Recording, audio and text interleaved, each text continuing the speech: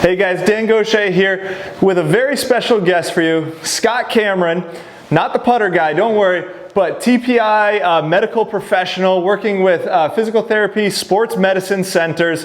Scott, thanks for joining us today. Glad to be here. It's great. Yeah. So Scott and I were just talking before we got on video here about all the different things that we see within a golf swing and how the TPI physical screenings and then physical therapy as well can kind of actually help start to work those golfers through to their best scores. So the video that we're going to shoot here today is going to be all about how TPI can help the rest of us. So for those of us that aren't tour pros, that aren't scratch golfers, how can TPI kind of help the 20 handicapper? So what do you kind of see in your practice with that 20 handicapper that, like you said, maybe has some knee pain, some knee issues when they play golf? How can the TPI screening and then, you know, the exercise and movements help them afterwards? So sure.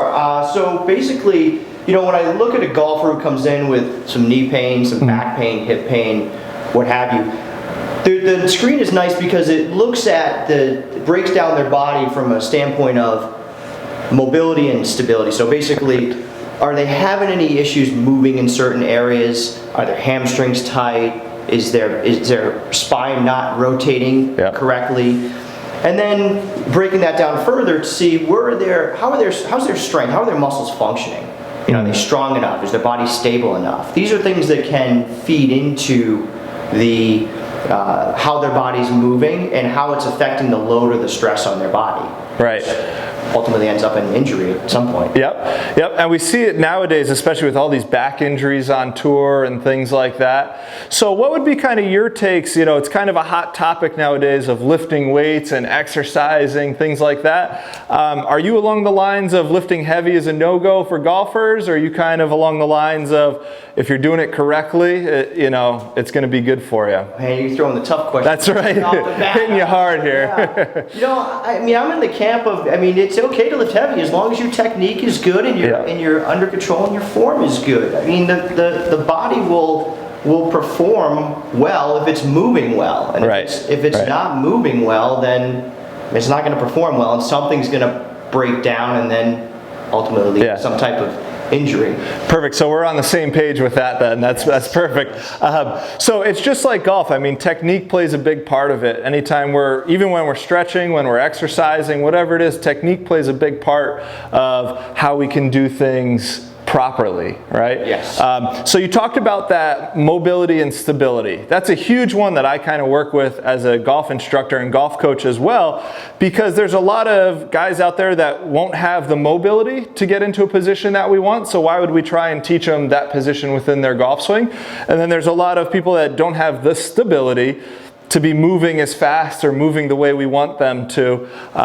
So what do you kind of do with somebody, you know, like a mobility issue? So maybe they're not flexible, they can't touch their toes, things like that. Are you giving them prescription to go home and stretch and do routines like this? Or are you kind of just saying, hey, come see us, we're gonna put you through some different modalities, things like that? You know, are you more along the lines of let's get them home, let's get them working on this themselves kind of thing? Yeah, so great question. I think it's twofold. I think the first thing is you have to figure out sort of how bad is the mobility issue itself. Yep. And how can I help them? So there's certain techniques that I can apply. Either if we're taking thoracic rotation, for example, I can go in manually and I can start to help the joints and the muscles around the joints of the thoracic spine move better. And then what's equally important is that they go home and they have an exercise program that can reinforce that. So I can reset their body and I can allow them to move better. Right. But it only goes so far if they work on it at home. So if they're doing their home stretches to complement that, then we find that we can move through mobility restrictions really quickly. Nice. So, but there's a bunch of tools at sort of our disposal from a medical perspective, and we just utilize those that are appropriate for improving. But definitely the home exercises is perfect. So again, very similar to what we see on the golf side of things is I can give somebody all the technique ideas and tips that they need.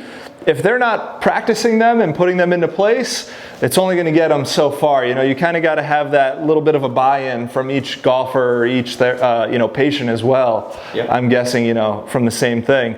Awesome. So let's talk a little bit about the golf swing itself then, and how it kind of correlates with the medical side of things. So I actually just finished up a lesson with a young high school girl who's kind of just picking up the game, has just started playing a little bit. And what I really saw from her was she had this kind of golf swing. Just our arms. Body didn't want to move at all, right? And it was funny. So going through, I watched her hit a few golf balls. I said, well, let's start getting our lower body involved. And she had trouble doing it. So I kind of prodded a little bit more, and it turns out she was a runner. So very straight line, linear kind of movement athlete. She didn't really know how to rotate and how to move. And come to find out through a little bit of more prodding, we said, can you do this movement? Can you do a squat? Can you do? And she really ended up having really tight posterior, hamstrings, glutes, things like that. So what would you kind of see in an athlete like that you would start to change, to help their golf swing here? So how as a therapist could you help this golfer that lacks the lateral rotation and movement? What could you start to do from a lower body standpoint on that? I think from my standpoint, the first thing I would look at would be what's not allowing them to do what you need them to do. Mm-hmm. Is it a mobility issue? So break down their movement pattern to say, okay, what's not moving the way it should move? Mm-hmm. That's pretty straightforward. Right. And the other piece is there a stability issue? And essentially, is it because she can't stabilize her body to create the rotation? Mm-hmm. So to break down and then determine what exercises are going to be important for her to help her create stability in her body so that she can start to rotate around the way you want her to. So perfect. And different sort of exercises for different people. So everybody's a little bit different. So there's two movements that TPI uses for this, and just take me through those two movement screenings, the dissociation there, just to kind of show our viewers here how we can use that dissociation to actually start producing more power. Sure. So what we like to see is, first, can you disassociate your lower half and from your upper half here? So get you in your golf posture. Yep. And across your arms here. And what I want you to do is keep your lower body stable from moving and see if you can rotate back and forth. And what we want to look for is, can he keep his lower base stable and get a good rotation? It doesn't have to be quick. It could just be a nice fluid motion. So that looks good. Yeah. So one of the things that we may find with this, if it's sort of dysfunctional, and we'll see how he can act it out a little bit, exactly that. So things are kind of moving together, back and forth. I see this one a lot. Yep. And what I'll do in that case is I'll just come over and I'll provide the stability to their lower body, and then go ahead and rotate. Now, if it cleans up that nicely, then I know that there's some underlying stability problem they can't stabilize. So if they're trying to get into a good backswing position, they need to be able to stabilize to create that rotation. And if they can't, then we need to work on that and address that. So then likewise, from the top, getting that lower body to kind of fire first, so they kind of have a similar drill for that as well. Yeah, so now we just flip it around, and now we've got same golf posture. Now keep your upper body stable and try to rotate your pelvis back and forth. And again, he's really good at doing that. So I practice these once in a while. So let's see what you can, let's check your acting skills here and see if you can give us a bad one. Look at, I see a lot of this kind of going on. That's exactly what I see. You just cannot control it. So again, you can come in and I'll stabilize the upper half, and then see if you can then create some good rotation. And if he can do that, then I know that again, it's a stability problem. He needs to learn how to stabilize with his muscles to create that separation between the top half and the bottom half. So when we say stabilize those muscles, what kind of muscles are we talking about? We're talking about, the abs, the core, we're talking glutes, a little bit of everything? A little bit of so core, glutes. I mean, the glutes are super important for the golf swing. Tiger Woods, we saw it right there, huh? Yes, Tiger Woods. So, And you know, one of the things that we do to sort of see how's your glute endurance is the bridge test. So we'll have people lie down, and we can go over that if you want. Yeah, let's go for it. So if I lie down flat on my back. So what we'll look at is if he lies down here, kind of bend his knees up here like this, get your feet together, sort of like these, like this, so that the leg is straight down to the ground, just as a consistent marking point. Sure. So what we want to see is first we can just have him take his arms up like this, and we want the glutes to do all the work. We can take, where's this club here? So we want him to push with his feet and use his glutes to lift himself up. First thing we're looking for is his pelvis come up to a level position here, and keep his knees together. And if he does that well, now we want to compare side to side. So he's going to kick up here without dropping the pelvis. And what we're looking for Gets a little bit harder on that one, huh? 10-second hold. All right, so that's testing his left side there. Come down and rest for a minute, so we're not killing you here. And then the next side, that would just same starting position, coming up, bridge up. And we just keep this here as a marker. And now he's going to, your knees together there, extend the other leg out. Now we're going to work on the right side of the glute. You see his pelvis drops a little bit here. So he's got some weakness. He's kind of falling out here a little bit. So start shaking a little bit too on that one. He's got some work to do on the right side. Which again, I mean, we know that weakness in that glute is gonna affect the stability in your golf swing and how you, and so that early extension piece that we talked about earlier, not having that glute be able to stabilize you as you're coming down into the ball is going to affect your swing. So it's certainly something that you can address even in your body. Even the pros need it, right? Exactly. Even the experts. So I mean, thankfully Dan did that one because he's a little better than me in the bridge. So, but that's just an example of things that we look for and break things down further. So if that's difficult for you, then we structure a progression where it's really simple. Just laying down, can you turn on your glutes? Progressing up to doing that as our finishing move.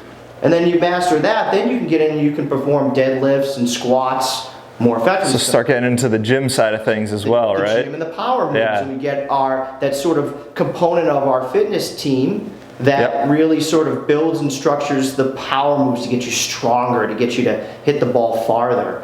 But you've got to start somewhere. You've got to start and basically evaluate something and kind of understand how does that affect your body and your game. And then once you get that, it's like, wow, this is great. This exercise now has a purpose. Right. That's exactly it. And you can, like I said, it's great having the team here too, because then you can correlate it back to that patient and say, look, your coach wants you to do this in your golf swing. Here's how we're going to get you to do that as well. So it's great having that whole team kind of around you with everybody on the same page working towards the same goal there. That sounds pretty good. The more minds you have really thinking and diving into this, it's just much better. You can really help the student out to find their weaknesses and to find the things that they need to work on to improve their game or reduce their injury risk. So it's just great. Yeah, perfect. So basically, I mean, what we kind of hear today is that one is there's no quick fix. There's no one answer to just say, hey, do this and you're better, right? I mean, there has to be some buy-in from the golfer, from the golf coach, from the therapist. So all of us kind of working as a team to get the most out of their golf game. So that's kind of what I hear the most out of today's conversation a little bit. Would you kind of agree with that one? I would absolutely agree with that, yeah. Yeah, and so the more that we can kind of work together with our student, because we can kind of start to talk the language through the TPI screenings, and Titleist has done an incredible job with this, getting golf coaches, getting trainers, getting therapists, all on the same level, talking the same language, so that we can actually help our golfers reach their highest performance. We're not saying we're going to take Joe 20 handicap to a scratch golfer, but we could probably get him down to his 15, which is his goal, a little bit quicker than just saying, hey, let's go hit golf balls, with just a golf coach and just let's go out on the range and let's fix your golf swing. Because again, if I can't get him into a position that I think might be beneficial for his golf swing, you know, what's the point of us sitting here, you know, weeks on end hitting golf balls? Likewise with a therapist, you know, we can get you healthy, but if we're not taking the golf lesson side of things and we're not getting the club and the path the way we want to, you know, it's great, you're going to be healthy, but your golf game isn't necessarily going to benefit as much either. Would you kind of? Yeah, I would agree with that. And the beautiful thing from my standpoint is that people like you, we can speak the same language, and we'll do a similar initial screening of the golfer. Right. At some point, mine may delve a little bit deeper into things. Definitely. That's more my specialty. But on Yep. the flip side, I'm not gonna teach the person the golf swing. Nor Right. do I really want to teach the person the golf swing Yep. because I don't have time in the day for that. But Yep. it's not my expertise, and having someone like yourself who can understand what I'm trying to do to get them to move better, to not only perform better but to reduce the injury side of things. Right. I can speak the language to you, and you can take that and say, yeah, I know what he's talking about. I know what he's trying to do, and this is going to correlate to X in your golf swing. You're going to stop coming over the top. You're going to stop early extending, and things are going to improve for your game, and I think it's a win-win for everybody. Yeah, that's exactly what I saw before I got into the TPI side of things and the physical side of things. It's funny, I was just like you said with that over-the-top move. I see that all the time. I couldn't figure out why my golfers were doing this all the time. Come to find out, a lot of it is that mobility and stability issues that we kind of just went back to. I sent them to a professional like yourself. All of a sudden they come back to me and their golf swing looks better. You know, they said, oh, I can finally feel what you were telling me to do, you know, for the past month or whatever. So it's awesome that it goes hand in hand here. So Scott, I really appreciate you taking the time out of a busy schedule here, joining me today. How can our golfers get in touch with you if they wanted to get together with you for either screenings or therapy? Well, firstly, I mean, we could contact me via my email, scott.cameron@ptsmc.com. Perfect. I do have a website, www.ptsmc.com as well. So they can contact me either way. Shoot me an email with questions regarding a screening or an evaluation. Or if they want to check the website out and contact the office, the phone number is 860-399-6411. That's basically how you get a hold of me. Perfect. Guys, so make sure you're getting your whole team involved. It's not just a golf coach. It's not just a therapist, not just a trainer. Get us all involved. Contact Scott, guys. I promise you he'll help your game. And then you come see me. We'll get you to where you want to be. Thanks for joining us.